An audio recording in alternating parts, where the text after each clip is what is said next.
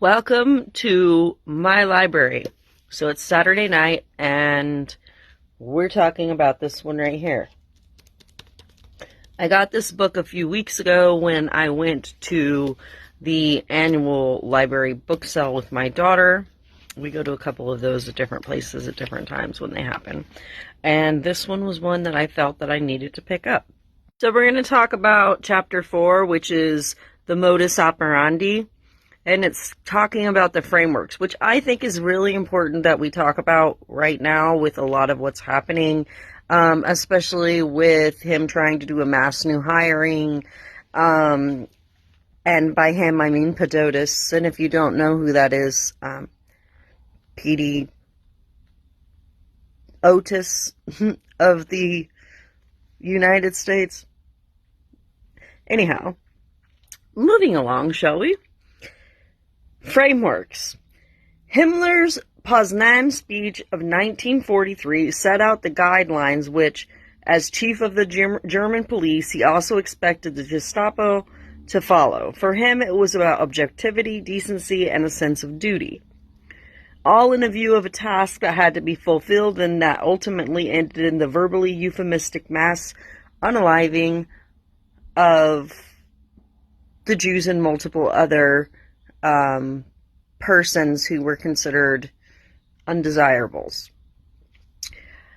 The goals were one thing, but what about the strategic implementation? In other words, the state police practice. Could the Gestapo really achieve all it set out to do? Was it a perfect, all-knowing, all-powerful, or at least effective and efficient authority? Research has produced clear areas of doubt here. Arrests based on printed material often had to be reversed because Gestapo officers have misunderstood the documents. House searches regularly produced no tangible evidence. Border controls and raids were only partially effective, and it proved hard to prevent illegal propaganda from being smuggled. The Gestapo were aware that many citizens listened to the banned radio programs, but they never uncovered most of those radio crimes. And this is important to note because this is happening even with situations that are occurring here now, like in Los Angeles, for example, the mass kettling, which they did again yesterday, and arresting of press and protesters and then citing them. And as many people have seen when they go to court or when they contact the Los Angeles Police Department or the Los Angeles District Attorney, for example, there's no record of there ever being a citation issued. So this is kind of a way for them to intimidate and try to show, excessive force so that they can silence people before they even have to get to certain points to try to use those brute force tactics. And this is right here in this book. Political jokes did not always reach the ears of the Gestapo. The Gestapo only discovered the night before that the papal encyclical with burning concern, Mit Brennender Sorge, was to be read on Palm Sunday, 1937, and this was too late to prevent it from being made public. The manhunt for Karl Goerdeler, sentenced to protective detention, took 4 weeks and would have failed completely had Goerdeler not been denounced. The RSHA knew nothing about Stauffenberg and his group of conspirators before 20 July 1944. Klaus Schenkgraf von Stauffenberg was even one of Himmler's favorites. 4 days after the failed assassination, Ernst Kaltenbrunner still believed that the attack had been carried out by a small clique. Only in the weeks that followed did the special commission set up by the RSHA realize how extensive the opposition really was. Do such failures mean that the Gestapo was a weak, ineffective, and inefficient authority? No, far from it. If a house search was not successful, then the Gestapo arrested the suspects anyway, which is pretty much what they're doing. Precisely to show their power and to intimidate them through interrogation and detention, which is exactly consequently what is happening with our police forces here in America right now. So, even if the matter then ended with merely a fine or just the threat of punishment, they had achieved their goal because they had influenced the future behavior of the individuals involved. So therefore, they had already put a stop to dissent, or at least intimidated people enough to make them be afraid to do anything to stop them. And it was always assumed that the Gestapo could at any time turn to harsher measures. The basic right of personal freedom, the right to free speech, including freedom of the press, and the confidentiality of the postal and telegraph services had already been suspended. In the Reichstag fire decree of February 28, 1933, since there had been no guaranteed protection against despotism and arbitrary sanctions, letters could be opened and meetings tapped. The Gestapo was not bound by any legal or administrative accountability or burden of proof. It was thereby possible for them to create their own laws of persecution and to make even use of chance information for their own ends, which is also starting to show up here in America. Terror could be seeded without a scrap of evidence. This terror that the Gestapo spread, the fear of its methods, was based in reality, the complete abrogation of all constitutional principles in the National Socialist prerogative state. One of the most important instruments available to the Gestapo was protective detention, which was implemented in state concentration camps. There was no legal defense against it. It is impossible to ascertain the total number of people who were detained in this way. Again, something that is currently happening here in the United States. It's just uncanny.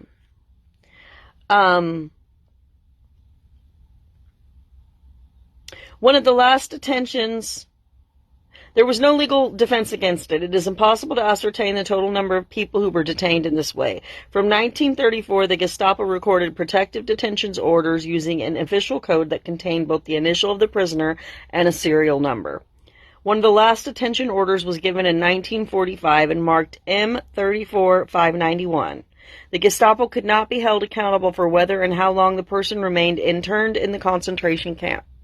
This is indefinite detention, which is supposed to be against the Constitution here in the United States. However, we've already seen that they've been holding people in detention for extended periods of time, and in some cases, deporting them to places that they're not even from or have ever been in their lives. The Gestapo could not be held accountable. Protective detention was consequently an important feeder for the concentration camp system, which was gradually developed by Heinrich Himmler from the mid-1930s onwards according to his own ideas. Again, this is happening as we speak here in the United States. We're really not angry enough. I'm not sure what it will take. But yeah. From that point on, the number of prisoners in the concentration camps increased very quickly, from 3,500 inmates in 1935 to 24,000 before the Night of Broken Glass on November the 9th, 1938, and 56,000 after the program. The Gestapo was particularly notorious for its brutal interrogation methods, torturing prisoners into making incriminating statements. The victims were insulted and degraded, threatened with pew-pewing or beaten with rubber truncheons, cattle prods, whips, sticks, or other objects. The abuse was silently tolerated by the Gestapo leadership as long as it kept off the record. However, since the effects of the abuse could not be concealed during court appearances, the Gestapo modified their torture during the course of the Nazi regime. In so-called intensified interrogation, police interrogators were allowed to deal out a maximum of 25 blows to the delinquents behind. Think about what I just told you. They were allowed to spank them 25 times using those various types of objects.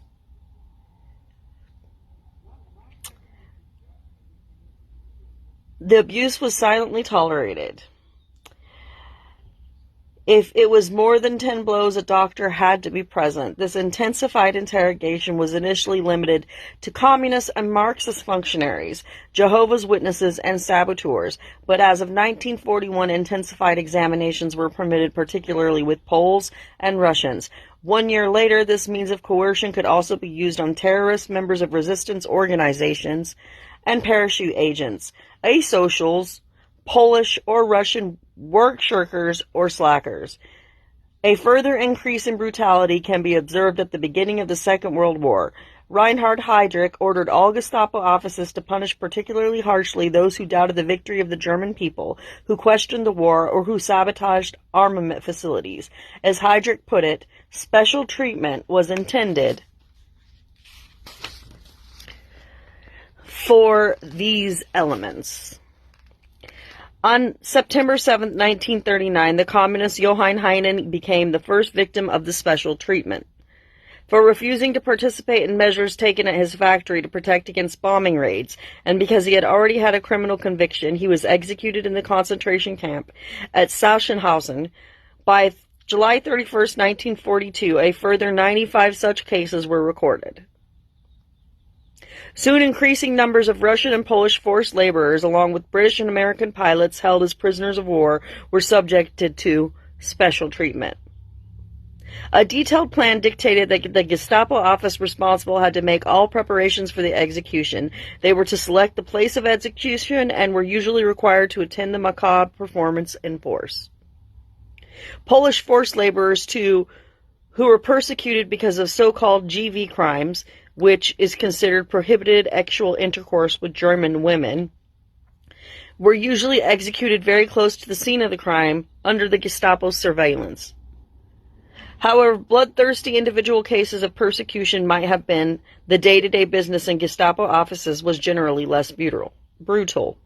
As long as there were no organizations to be uncovered or outright race enemies to be persecuted, the daily toll was characterized by routine police work, interrogations, identification parades, highlighting contradictions, and yet more interrogation were the standard methods of investigation employed by the Gestapo. Nonetheless, the dominant mode was to follow guidelines sent from above in a manner that showed indifference to the victims, that was formally correct and ultimately ruthless. The investigators strove to establish in detail how a suspect was involved in certain activities and whether they had been connected to others in the process. This procedure was also in evidence when the members of the student resistance organization, the White Rose, fell into the Gestapo's clutches in February of 1943. Robert Moore, the investigator responsible for the case, employed harsh and meticulous criminal interrogation techniques, but avoided physical violence. Sophie Scholl, however, sidestepped the questions and harassment with great panache and remained unharmed for a long time. It was only after Moore's colleagues found incriminating documents in the Scholl's apartment that the situation changed. The film Sophie Scholl, directed by Mark Rothman, vividly represents the interrogation. Most Gestapo officers carried out their work at the desk. Not in the field. They were busy producing or updating index cards, working through the flood of instructions and regulations, filing documents, and preparing to support the endeavors of other state police and party institutions. Collecting and working through information was the normal of state affairs, even when it became a cause to the persecution of the Jews. The Gestapo's various index systems forms the bureaucratic linchpin of the persecution, documenting information about the opponents of the Nazi state. At its core were the personal records. Pre-printed fields were filled with the individual's personal data, political views, and information about existing police records. In 1934, Himmler decreed that the following information should be registered: covert or officially produced photographs, B. criminal records, D. notifications of internment, E. instructions regarding the imposition for or termination of protected detention, F. copies of the record of interrogation, and O. other information of any kind, providing that it is relevant to the judgment of the individual, gives information about their connections and the results of the interrogation, etc. At the beginning of 1939, the Central Records Office of the Gestapo is said to have had compromised about 2 million personal index cards and more than 600,000 personal files. The personal records were supplemented by a protective detention index, which contained essential data about protective detainees and samples for comparing handwriting. In addition, There were the so-called A cards for enemies of the state to be taken into protective detention in the case of war. Other special index systems were also developed, such as civil servant cards, Jew cards, company cards, and factory cards, which recorded those who had been dismissed from armament and works for political and racial reasons. The spectrum of cards varied depending on the Gestapo office, yet the fact that a card index like this could not be compiled without problems and friction is proven by the A index initiated by Heydrich, which took more than a year to be built by the Gestapo offices throughout the Reich. To Heydrich's displeasure, the card index initially comprised 46,000 names and was consequently not usable. After it had been edited, the index provided the basis for the rest of between 2,000 and 4,000 people in early September 1939. Buchenwald alone took more than 2,000 prisoners. Another wave of arrests, similarly systematic, began towards the end of the war, more precisely in the late summer of 1944, after the assassination attempt of the 20th of July, known as the Action Thunderstorm. It ordered the arrest of all former members of the Reichstag and regional governments, as well as city councilors from the KPD, SPD, and the Center Party, of whether there is currently any evidence against them or not. As a result, well over 5,000 former representatives of the people were detained in concentration camps, and several thousand more men and women were arrested but not detained. Even in the agony of the downfall, the Gestapo asserted its will to exercise systematic terror. The formation of the so-called special commissions was proof of the Gestapo's willingness to provide a large number of staff, significant commitment, and criminological skill, but also unqualified brutality when dealing with particularly serious political events. These commissions were not invented by the National Socialists, but during the Third Reich they were deployed frequently by the Gestapo and the RSHA in particularly significant cases. While the Reichstag fire at the end of February 1933 was still investigated by the political department of the Berlin police headquarters, the assassination of Reinhard Heydrich on the 27th of May 1942 saw around 12,000 officers from the entire Reich brought together for the commission. The largest special commission was established after the failed assassination of Hitler on the 20th of July 1944. Between then and the winter 1944, it is thought that the commission ordered more than 600 arrests, of which over 100 led to death sentences at the People's Court. The Red Orchestra Special Commission was also of historical significance. Formed in the summer of 1942 after a decoded radio message from the Soviet military intelligence drew attention to the resistance activities of the group around Harald Schulz-Boysen, senior lieutenant in the Reich Air Force Ministry, and Alfred Harnack, senior government counselor in the Finance Ministry. The Gestapo named the group Red Orchestra to imply that they were a communist organization and a part of a wider Soviet espionage network. In fact, the Red Orchestra was one of the largest resistance groups working against the Nazis and was composed of friends and acquaintances with various intellectual and political allegiances. In practice, the Special Commission was run by Gestapo Commissar Horst Kopkow, who had developed a specialism in the persecution of political resistance fighters. The commission comprised of at least 30 Gestapo officers, and there were daily meetings in Kopkow's office. The Gestapo made rigorous attempts to uncover the network, making use of full range of interrogation methods via threats, blackmail, flattery, torture, producing genuine or fake evidence, and confronting suspects with genuine or fake statements from other prisoners. And that is the same types of things that they are continuing to do now, and that we are seeing them use and utilize by both ICE and different police forces throughout our country. And the other thing I want people to remember is I wrote an article a little while ago about how this doesn't actually originate in Germany. This originated here, and that Mustache Man got most of his ideas because of what happened with Manifest Destiny and the removal and retention of lands when it comes to the indigenous, and things like going back all the way to Andrew Jackson and the Trail of Tears and forced removal of the indigenous people to be put on reservations in what were considered to be primarily no man's lands. And that was intentional. That is a part of the epidemic of genocide. That is the same thing that Mustache Man took over there, and now they're recycling it back here where it originated. Don't ever forget the truth of the history, and check out this book if you want to learn, because I'm telling you, learning about how they structured these things and being able to draw historical parallels between then and now is one of the reasons why so many of us have been pointing out the fact that this is definitely fascism. And if anybody tries to argue differently, point them to some books about history. Point them to this, and Timothy Snyder particularly,